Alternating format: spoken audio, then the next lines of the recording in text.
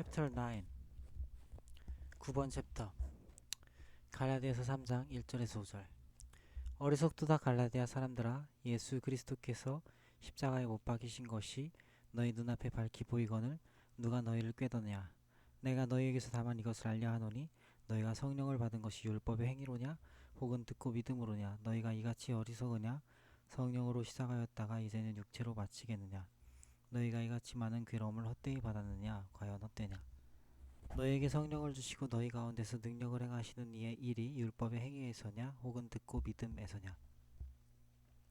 율법에 담긴 비밀. 이 장에서 나는 한 가지 저주가 아니라 두 가지를 가르칠 것이다.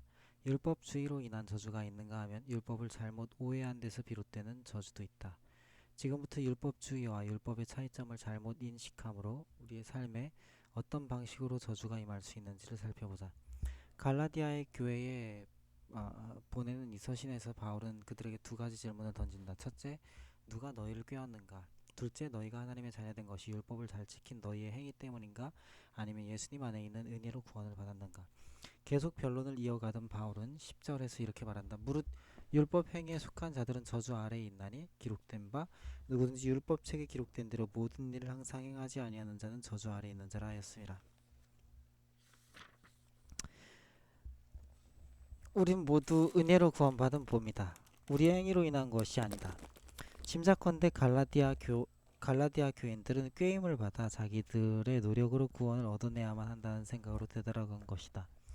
처음에는 구원이 하나님 아버지가 주시는 놀라운 선물이라고 믿었다가 다시 공로주의로 되돌아간 것이다. 바울은 이방인의 사도였다. 따라서 이 편지는 예루살렘에 있는 회당에 보내는 것이 아니라 갈라디아에 있는 교회로 보내는 그의 서신이다. 갈라디아서 1장 2절 참조. 놀라운 것은 열방에 퍼져 있는 많은 성도들이 은혜로 구원을 얻는다는 믿음을 갖고 있으면서도 율법의 저주 아래 살아가고 있다는 사실이다. 이것을 달리 설명해 보겠는데 아마 한 번도 이런 식의 설명은 접해보지 못했을 것이다. 내가 구원받은 과정은 이미 앞서 이야기하였다. 마약 중독자였던 나는 교회에 발을 들여놓은 바로 그날 밤에 완전히 죄를 용서받고 하나님의 자녀가 되어 집으로 돌아왔다. 그러나 나 역시 시간이 흐르자 다른 많은 사람들처럼 하나님과 동행하던 삶이 믿음 중심에서 공로주의로 돌아서는 거였다. 나는 내가 했던 많은 설교를 기억하고 있다. 만일 11조를 하지 않으면 구원받지 못합니다. 증인의 삶과 예배 생활, 기도 생활 등 여러 가지 교인의 책임을 다하지 않으면 여러분은 구원받지 못합니다. 11조 기도 생활, 예배 생활은 반드시 지켜나가야만 하는 것일까? 물론이다. 그러나 그런 생활을 하는 것이 구원의 전제 조건은 아니다. 달리 말하자면 이런 일을 전혀 하지 않고서도 구원받을 수 있다. 우리가 그런 임무를 다하는 것은 구원받은 이후에 일어나는 참된 변화의 열매라고 말할 수 있다. 갈라디아서 2장 16절 말씀. 사람이 의롭게 되는 것은 율법의 행위로 말미암음이 아니요 오직 예수 그리스도를 믿음으로 말미암는 줄 알므로 우리도 그리스도 예수를 믿나니 이는 우리가 율법의 행위로서가 아니고 그리스도를 믿음으로써 의롭다함을 얻으려 함이라. 율법의 행위로서는 의롭다함을 얻을 육체가 없느니라. 갈라디아서 2장 16절 우리가 선한 일을 하는 것은 구원을 얻기 위함이 아니다. 이미 구원을 받은 자로서 마땅히 그런 일을 하는 것이다. 나는 지금도 하나님께서 나를 마약 중독에서 구원해 주신 일을 생생하게 기억한다. 어쩌다가 각성제를 한 모금 빨아볼까 생각도 해보았지만 전혀 당기지가 않았다. 내가 하나님 안에서 느끼는 기쁨과 평안은 각성제나 어떤 마약과도 비교할 수 없을 정도로 좋기 때문이다. 나는 거듭날 때까지 마약을 끊지 못했다. 거듭나게 되자 나는 하나님의 능력으로 거기서 벗어날 수 있었다. 일단 우리가 거듭나게 되면 우리 삶의 모습들이 달라져야 한다. 변화가 있어야 하는 것은 당연한 일이고 또 그렇게 될 것이다. 하지만 기억하라. 우리의 구원은 우리의 공로가 아니라 오직 은혜로 된 것이다. 로마서 11장 6절 만일 은혜로 된 것이면 행위로 말미암지 않음이니 그렇지 않으면 은혜가 은혜되지 못하느니라. 로마서 11장 6절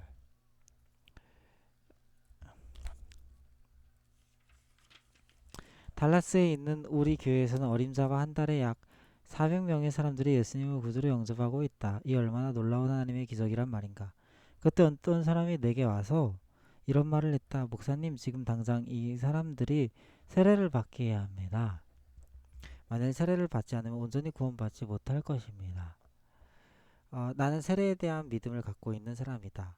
대부분의 사람들이 생각하는 것 이상으로 세례는 강한 능력과 초자연적인 현상을 동반한다. 그러나 우리가 세례를 받는 것은 구원받으려는 목적 때문이 아니라는 것을 강조하고 싶다. 우리는 갈라디아 성도들처럼 믿음에서 벗어나 공로주의로 흘러가지 않도록 주의해야 한다. 호주에 있을 때 어떤 목사가 나에게 말하기를 사람들이 세례받기 전까지는 온전히 구원받은 것은 아니라고 했다. 나는 그에게 이런 질문을 던졌다. 그렇다면 십자가에 달린 강도는 어떻게 해야 할까요?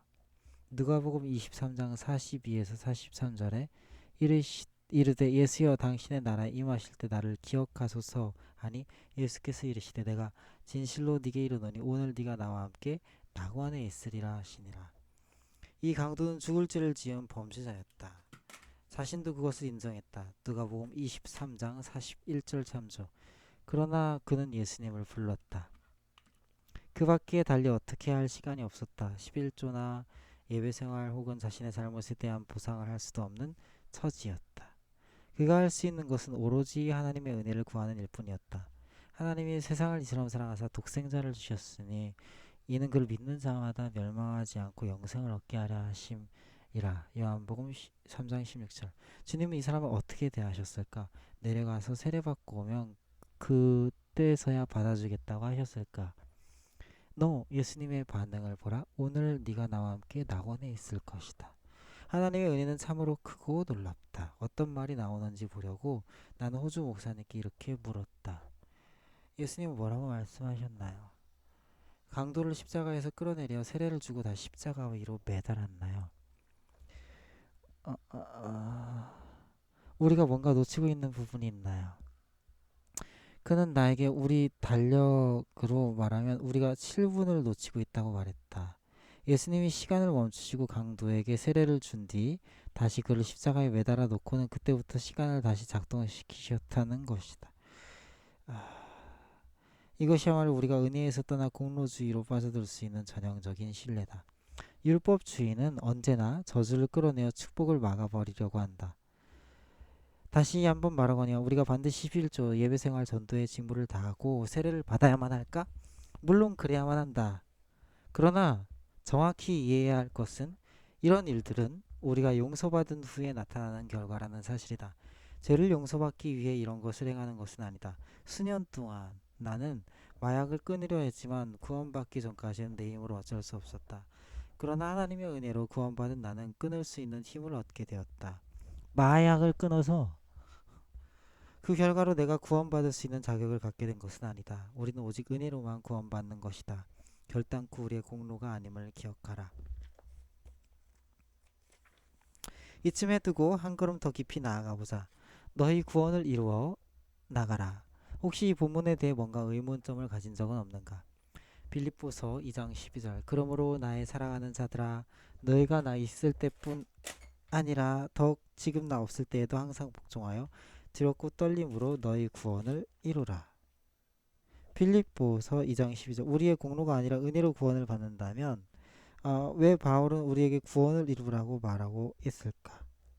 구원이란 의미를 나타내는데 가장 흔히 사용되는 단어는 헬라어 소조에서 유래한다. 그것은 건져내다, 구해내다, 치유하다, 보호하다, 호전시키다, 온전케 하다, 구출해내다, 안전하게 하다라는 뜻이다. 우리는 하나님의 은혜로 말미암아 죄를 용서받고 천국 백성이 되었다. 그러나 만일 우리가 지금 몸담고 있는 현재의 삶에 하나님의 축복이 임하기를 원한다면 우리는 주님 안에서 자라가 처음부터 끝까지 축복이 임하기를 그 주님의 영광스러운 모습을 닮아가야 한다. 주님은 우리를 변화시키시는 분이시다. 고린도후서 3장 18절. 우리가 다 수건을 벗은 얼굴로 거울을 보는 것 같이 주의 영광을 보매 그와 같은 형상으로 변하여 영광에서 영광에 이르니 곧 주의 영으로 말미암음이니라. 고린도후서 3장 18절. 갈라디아서 3장 13절은 성경에서 가장 많은 오해를 받고 있는 구절 중 하나이다. 그리스도께서 우리를 위하여 저주를 받은 바 되사 율법의 저주에서 우리를 속량하셨으니 기록된 바 나무에 달린 자마다 저주 아래에 있는 자라 하였습니다. 여기서 바울이 말하는 내용은 이것이다. 너희들은 알지 못하는가? 우리가 하나님께 공로를 쌓아서 구원을 받은 것이 아니다. 구원은 하나님 우리를 위하여 해주신 일 때문에 가능한 것이다.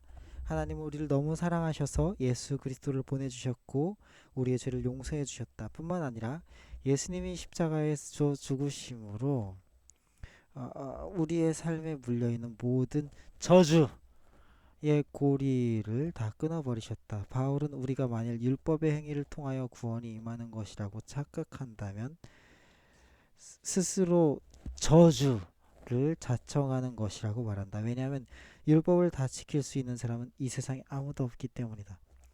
지금부터 하는 말을 새겨들어라. 그리스도는 율법의 저주에서 우리를 속량하셨다. 여기에는 두 가지 의미가 있다.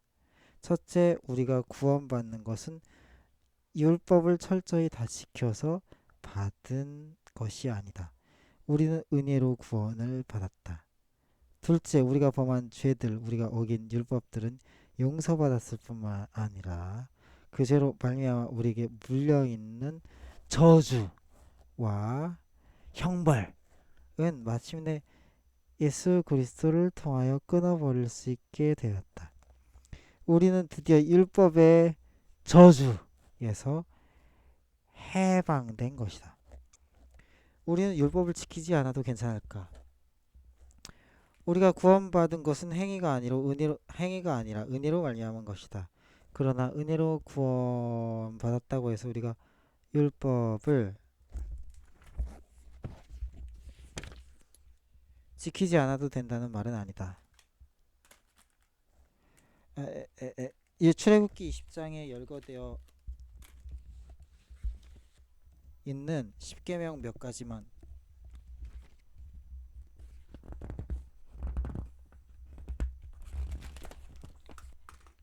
살펴보자.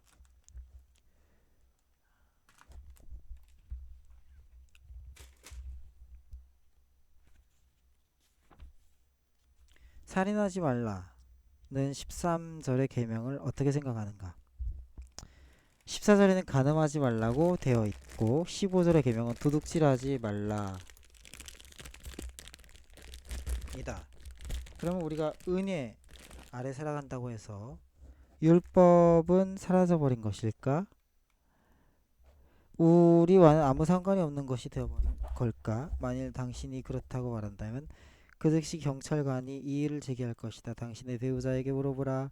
만일 우리가 은혜 아래 살아간다고 하면 간음을 해도 무방한 것일까? 이런 식으로 얼마든지 예를 들어볼 수 있지만 당신이 내 말의 핵심을 이해했으리라 믿는다. 우리는 행위가 아니라 은혜로 구원받는다. 우리가 죄를 용서받고 구원받는 것은 하나님의 선물이다. 그러나 이제 우리는 거듭난 자이므로 하나님은 우리가 그리스도의 형상으로 변화되기를 기대하신다. 언젠가 TV 중계로 그리스도인들을 대상으로 하는 모금 운동을 펼치기 위해 나는 친구 목사와 대기 중이었다. 율법에 관한 얘기가 나오자 친구는 이렇게 말했다. 렐이 이제 우리에겐 율법이 더 이상 힘을 쓰지 못하지 않는가? 그 말에 나는 이렇게 답변했다. 글쎄 자네 말대로라면 오늘 밤 TV 중계에서 사람들에게 씨를 뿌려서 추수할 수 있도록 가르치는 일은 하지 않는 게 좋겠는걸. 그것도 하나님의 율법에 속한 일이니까. 우리가 법 아래 있지 않다면 사람들에게 11조를 가르치는 것도 중단해야 하지 않겠어? 만군의 여호와가 이르노라. 너희의 온전한 11조를 창고에 들여 나의 집에 양식이 있게 하고 그것으로 나를 시험하여 내가 하늘 문을 열고 너희에게 복을 쌓을 곳이 없도록 붙지 아니하나 보라. 말라기 3장 10절. 만일 우리가 법 아래 있지 않다면 우리는 예배를 드릴 필요도 없다. 그런데 성경은 뭐라고 말하는가? 모이기를 피하는 어떤 사람들의 습관과 같이 하지 말고 권하여 오직 권하여 그날이 가까움을 볼수록 더욱 그리 하자. 히브리서 10장 25절. 만일 우리가 법 아래 있지 않다면 우리는 하나님을 더 이상 찬양하지 않을 수도 있다. 이스라엘의 찬송 중에 계시는 주여 주는 거룩하시니이다. 시편 22편 3절에 이 모든 것이 다 율법이다. 하나님은 우리에게 주신 말씀 중에 율법도 들어있다. 율법은 우리를 얽어매는 것이 아니라 우리를 가르치고 인도하여 우리를 자유케 하며 결과적으로 우리가 복을 받게 하는 것이다. 이는 그리스도 예수 안에서 아브라함의 복이 이방인에게 미치게 하고 또 우리로 하여금 곧 믿음으로 말미암아 성령의 약속을 받게 하려 함이라. 갈라디아서 3장 14절. 만일 우리가 이 계명을 이해하지 못하면 우리의 원수가 우리를 공격하도록 틈을 주게 된다. 도둑질하지 말라. 왜 그래야 하는가? 왜냐하면 우리가 아무리 많이 훔친다 해도 하늘에 계신 우리 아버지가 우리에게 주시고자 하는 양에는 절대로 미칠 수 없기 때문이다. 율법은 구속이 아니다. 그것은 자유 그 자체로서 하나님의 손길을 통해 받게 되는 축복이다.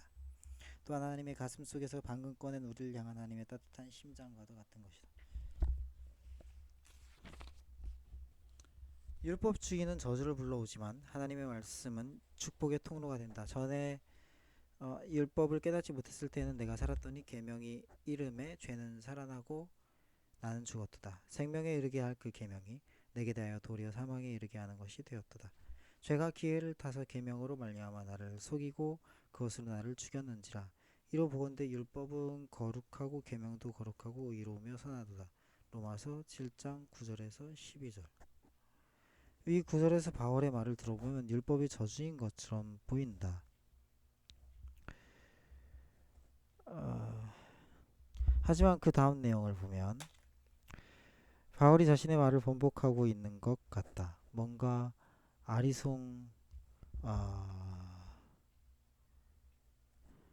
하지 않은가? 찬찬히 살펴보자. 바울이 하는 말의 취지는 하나님의 말씀 토라, 율법이 들어있는 경전이 우리를 구원해주는 것은 아니라는 의미다. 오히려 하나님의 말씀은 우리의 잘못을 뚫어내어 우리가 올바른 일을 할 수 있도록 해주며 그 결과 하나님의 축복을 받을 수 있게 한다는 것이다. 당신 혹시 험담이나 비방을 쏟아내는 그리스도인들을 만나본 적이 있는가? 아마 당신이 그런 인물인지도 모르겠다. 당신이 이런 말을 한다고 가정해보자. 레리 목사님, 나는 율법의 저주 아래 살아가는 게 아닙니다. 그러므로 내가 그리스도인이라고 해서 굳이 험담하는 습관을 고칠 필요는 없다고 생각해요. 틀린 말은 아니다. 혀와 관련된 하나님의 율법에 순종하는 것이 구원을 받기 위한 조건이 될 수 없다. 하지만 당신의 인생을 구렁텅이로 빠지게 하는 저주를 끊어버리고 축복의 통로가 되는 삶을 살기 원한다면 당신은 반드시 그렇게 해야 한다. 율법이라는 단어를 올바로 이해하지 못하면 혼란이 야기된다. 헬라어에는 율법에 해당하는 말이 모노스란 단어 하나뿐이다. 거기에는 우리가 하나님의 진노를 사는 내용이 암시되어 있다. 그것은 또한 우리의 실패를 가리키기도 한다. 모노스의 개념은 법규의 정당함을 지지하도록 우리의 생각을 이끌어간다. 그러나 히브리어로 율법, 토라에 포함되어 있는 내용, 즉 모세오경이란 단어는 관역을 마치는 방법을 보여주는 것을 의미한다. 그것은 우리가 빗나가는 부분을 보여주는 것이 아니라 마칠 수 있는 곳을 보여준다. 그것은 우리가 실패하는 부분을 집어내는 것이 아니라 어떻게 하면 성공할 수 있는가를 가르쳐준다. 율법이란 단어는 할라크, 가다란 어원에서 유래한 할라카이다. 히브리어로 그 뜻은 길을 가다, 동행하다 이다. 예수님이 마태복음 5장 17에서 18절을 말씀하신 이유도 바로 여기에 있다. 내가 율법이나 선지자를 폐하러 온 줄로 생각하지 말라. 폐하러 온 것이 아니오 완전하게 하려 함이라. 진실로 너희에게 이르노니 선지가 없어지기 전에는 율법의 1.1획도 결코 없어지지 아니하고 다 이루리라. 내가 율법이나 선지자를 폐하러 온 줄로 생각하지 말라. 폐하러 온 것이 아니요 완전하게 하려 함이라. 진실로 너희에게 이르노니 선지가 없어지기 전에는 율법의 1.1획도 결코 없어지지 아니하고 다 이루리라. 하나님의 은혜는 우리가 하나님의 말씀대로 살 수 있는 능력이 된다. 하나님의 은혜는 하나님의 말씀을 무효화하는 것이 아니라 도리어 우리가 그 말씀대로 살아갈 수 있도록 우리에게 능력을 부여한다는 것이 예수님께서 말씀하신 취지다. 바울이 말한 율법은 선한 것이 나쁜 것이 아니다. 율법을 통하여 우리는 예수님이 자신의 보혈로 이미 대가를 치르신 모든 축복으로 다가갈 수 있게 된다. 그런즉 우리가 무슨 말을 하리요? 율법이 되냐? 그럴 수 없느니라. 율법으로 말미암지 않고는 내가 죄를 알지 못하였으니 곧 율법이 탐내지 말라 하지 아니하였더라면 내가 탐심을 알지 못하였으리라. 로마서 7장 7절. 율법이 나쁜 것일까? 우리는 율법을 처단해야만 할까? 당치 않은 소리다. 우리의 실패를 끄집어내어 우리가 관역을 잘 마칠 수 있도록 올바른 방향으로 인도해 주는 것을 율법주의라고 외도할 수 없다. 그것은 하나님의 깊은 사랑이다. 한 랍비가 이런 글을 썼다. 하나님의 율법은 명령과 금지 조항을 다른 가혹한 규제 조치가 아니다. 그것은 어떻게 움직여 나가야 하는 것을 보여주는 방법론적인 것이다. 헬라 법은 규제 조항에 관한 것이다. 하지만 히브리 율법은 방침에 관한 것이다. 그리스도인이라면 누구나 다 서로 사랑하라는 하나님의 계명을 잘 알고 있다. 이것을 가지고 트집을 잡는 사람은 아무도 없다고 본다. 당신은 이 교훈이 율법이라는 사실을 알고 있었는가? 사랑은 이웃에게 악을 행하지 아니하나니 그러므로 사랑은 율법의 완성이니라. 로마서 13장 10절. 사랑할 수 있다면 율법을 온전히 준수하는 것이 된다. 그러나 율법주의는 우리의 삶의 저주를 초래하게 될 것이다. 하지만 율법을 준행하지 않는 것은 하나님의 축복을 가로막는 것이 된다. 랍비가 쓴 글에 이런 내용이 있다. 우리가 죄를 지어서 벌을 받게 되는 것은 아니다. 우리가 죄를 범하는 그 자체가 이미 형벌이다. 우리가 상급을 받는 것은 우리의 섬김에 대한 대가가 아니다. 우리의 섬김 그 자체가 이미 보상인 셈이다. 말라기사를 통한 한 가지 예를 들어보자. 사람이 어찌 하나님의 것을 도둑질하겠느냐. 그러나 너희는 나의 것을 도둑질하고도 말하기를 우리가 어떻게 주의 것을 도둑질하여 나이까 하는도다. 이는 곧 11조와 봉헌물이라. 너희 곧 온 나라가 나의 것을 도둑질하였으므로 너희가 저주를 받았느니라. 말라기 3장 8절에서 9절. 하나님의 말씀을 보면 우리가 하나님의 것을 도둑질하면 저주를 받는다고 한다. 하나님의 율법 중에 하나가 바로 11조에 관한 규정이다. 그리고 그 땅의 10분의 1 그 땅의 곡식이나 나무의 열매는 그 10분의 1은 여호와의 것인 여호와의 성물이라. 레위기 27장 30절. 하나님은 우리에게 율법, 즉 길을 보여주셔서 하나님 우리에게서 가져가시는 것이 아니라 우리에게 베푸시는 것임을 알게 하신다. 11조에 대한 규정은 율법이기 이전에 먼저 계시의 형태로 주어졌다.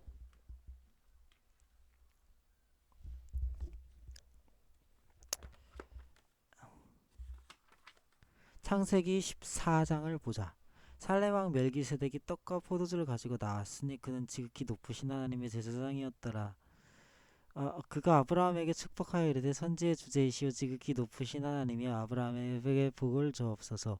너희 대적을 네 손에 붙이신 지극히 높으신 하나님을 찬송할지로다 하매 아브라함이 그 얻은 것에서 10분의 1을 멜기세덱에게 주었더라. 창세기 14장 18절에서 20절. 하나님은 아브라함에게 기적적인 승리를 거두게 하셨다. 그러자 하나님의 제사장 멜기세덱이 떡과 포도주를 가지고 승전한 아브라함을 맞이한다.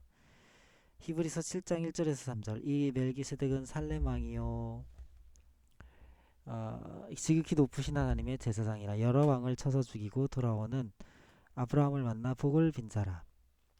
아브라함이 모든 것의 10분 1을 그에게 나누어 주니라. 그 이름을 해석하면 먼저는 의의 왕이요 그 다음은 살렘 왕이니 곧 평강의 왕이요 아버지도 없고 어머니도 없고 족보도 없고 시작한 날도 없고 생명의 끝도 없어 하나님의 아들과 닮아서 항상 제사장으로 있느니라. 아브라함은 계명이 아닌 계시로서 초자연적인 승리를 거둘 수 있는 통찰력을 우리에게 제공한다. 그는 의의 왕, 평강의 왕, 시작한 날도 없고 생명의 끝도 없는 우리의 영원한 대제사장에게 11조를 갖다 드렸다. 아브라함은 하나님께 11조를 드렸던 것이다. 아브라함이 그렇게 한 것은 하나님의 계시에 따른 것이었다. 우리들이 11조에 관한 이야기를 듣기 거북해 한다는 것을 하나님도 알고 계시지만 굳이 이렇게 기록하신 의도는 우리도 똑같은 길, 즉 율법을 따라가서 하나님의 축복과 은총을 받도록 하기 위함이다.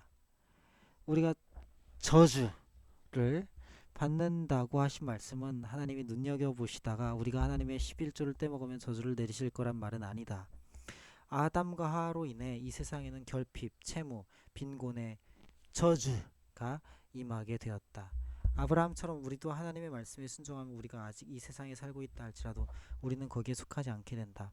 우리는 저주받은 세상의 체제에서 벗어나 하나님의 축복의 길로 들어서게 되는 것이다. 누군가가 당신을 율법주의로 얽어매도록 방치해서는 안 된다. 우리는 은혜로 구원받은 자들이다. 그러나 또 한 가지 유의해야 할 점은 세상 속에 빠져 올바른 길을 잃어서도 안 된다는 것이다. 하나님의 길, 하나님의 말씀을 따라야 한다.